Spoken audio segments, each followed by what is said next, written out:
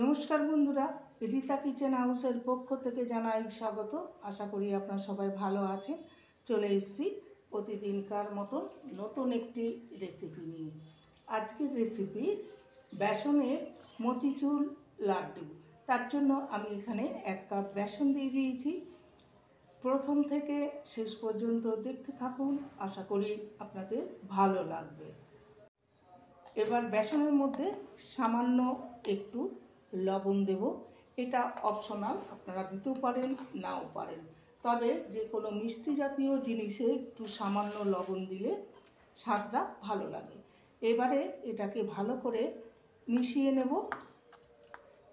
এখানে 1 কাপ বেসন মানে 200 গ্রাম।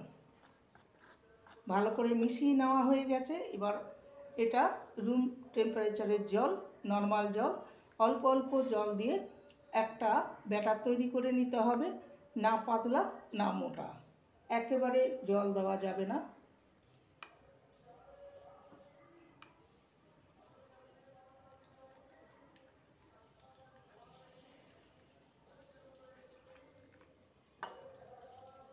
ব্যাটারটা রেডি হয়ে গেছে, দেখতেই পাচ্ছেন। এর কনসিস্টেন্সি এই যে, না মোটা না পাতলা। এটাকে ভালো করে একটু ফেটিয়ে নেব।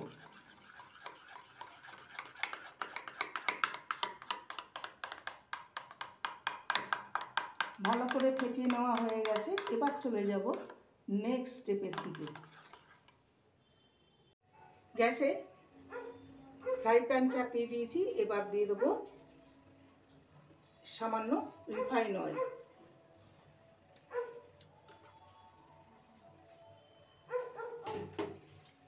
তেলটাকে ভালো করে চারিদিকে দিয়ে দেবো।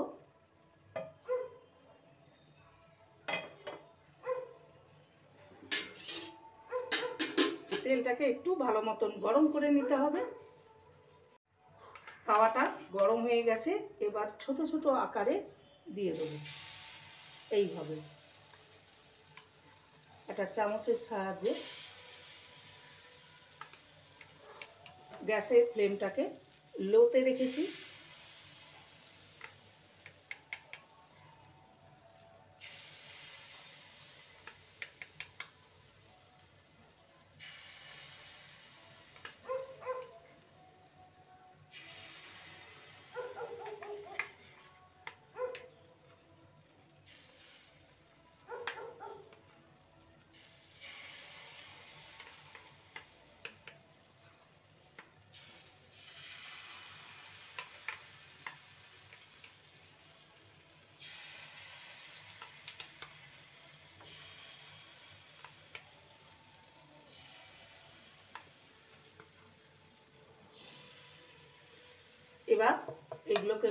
এবারে এগুলোকে উল্টে দেব।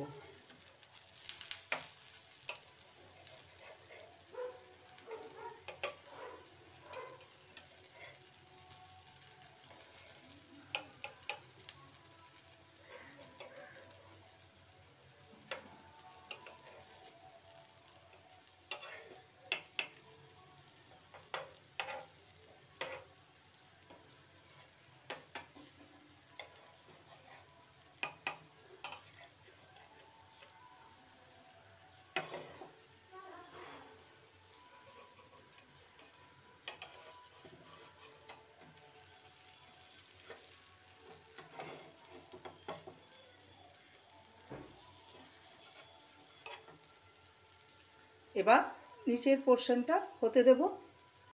এই যে ছোট ছোট করে বেসনের প্যানকেক তৈরি করে রেখেছি। এবার এগুলোকে তুলে নেব। এগুলো রেডি হয়ে গেছে, এগুলো ভাজা হয়ে গেছে, দেখতেই পাচ্ছেন। বাকিগুলো ঠিক একইভাবে রেডি করে নেব। রেডি করে নিয়ে ঠান্ডা করে নেব।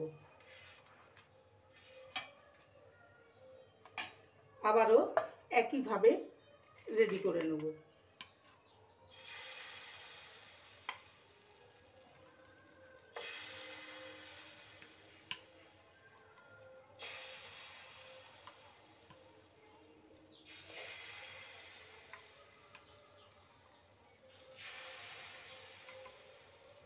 সমস্ত বেসনের প্যানকেক আকারে গড়ে নিয়েছি আর ভেজে নিয়েছি, আর এগুলোকে ঠান্ডা করে নিয়েছি। এবার এগুলোকে আমি একটা মিক্সির জার নিয়েছি, এর মধ্যে দিয়ে গুঁড়ো করে নেব।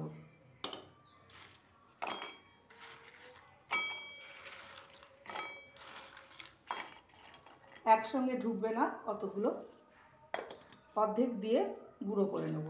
এবারে এগুলোকে ঢেলে নেব একটি পাত্রে, বাকিগুলো ঠিক একইভাবে রেডি করে নেব। একদম মিহি গুঁড়ো হয়নি, দেখতে পাচ্ছেন একটু দানা দানা ভাব রয়েছে। বাকিগুলো ঠিক একই প্রসেসে গুঁড়ো করে নেব।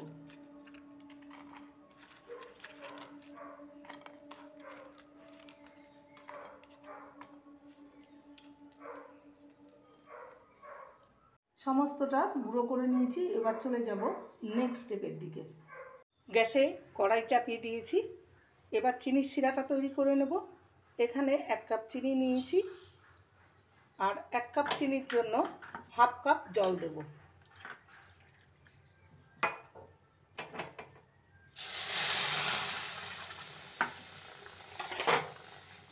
ভালো করে চিনিটাকে মেল্ট করে নেব।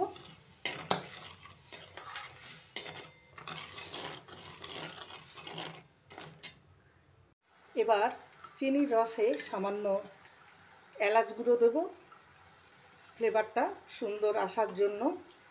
ভালো করে মিশিয়ে নেব। একটু চটচটে চিনির শিরাটা তৈরি করে নিতে হবে।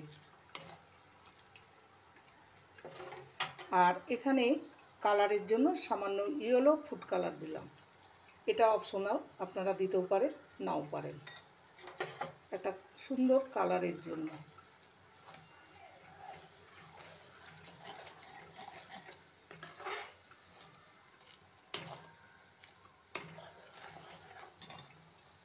হাতে দেখে নেব চিনির শিরাটা চটচটে হয়েছে কিনা। দেখতেই পাচ্ছেন এটা হয়ে গেছে। এবারে যে বেসনের প্যানকেকটাকে গুঁড়ো করে রেখেছিলাম সেটা দিয়ে দেবো এর মধ্যে, ভালো করে মিশিয়ে নেব, একটা মিশ্রণে পরিণত করে নেব।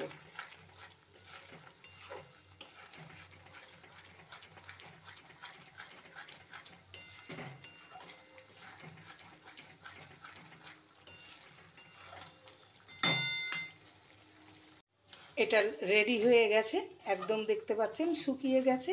এবার একটি পাত্রে নামিয়ে নিয়ে ঠান্ডা করে নিয়ে তারপর আপনাদের সামনে উপস্থিত হব। মিশ্রণটাকে একটি পাত্রে নিয়ে নিয়েছি, এবার এর মধ্যে আমি পেস্তা বাদাম নিয়ে নিয়েছি, এবার এগুলো দিয়ে দেবো। আপনারা আপনাদের চয়েস মতো দিতে পারেন। এবার এটাকে সামান্য হাতে ঘি নিয়ে এটাকে লাড্ডুর আকারে গড়ে নেব। প্রচণ্ড গরম।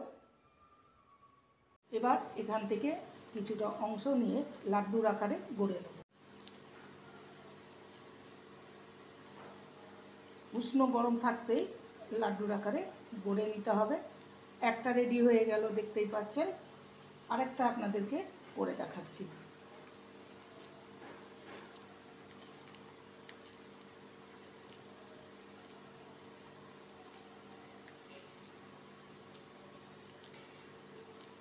দুটো রেডি হয়ে গেল, বাদ বাকিগুলো ঠিক একই প্রসেসে রেডি করে নেব। তৈরি হয়ে গেল আজকের রেসিপি বেসনের মতিচুর লাড্ডু। সামনেই দুর্গাপুজো, এইভাবে বানিয়ে অনেক দিন স্টোর করে রাখতে পারেন। এই রেসিপিটি ভালো লাগলে প্লিজ লাইক করবেন, কমেন্ট করবেন, শেয়ার করবেন। একটা আমি ভেঙে দেখাচ্ছি যে কতটা সুন্দর হয়েছে। চ্যানেলটিকে সাবস্ক্রাইব করার অনুরোধ রইল।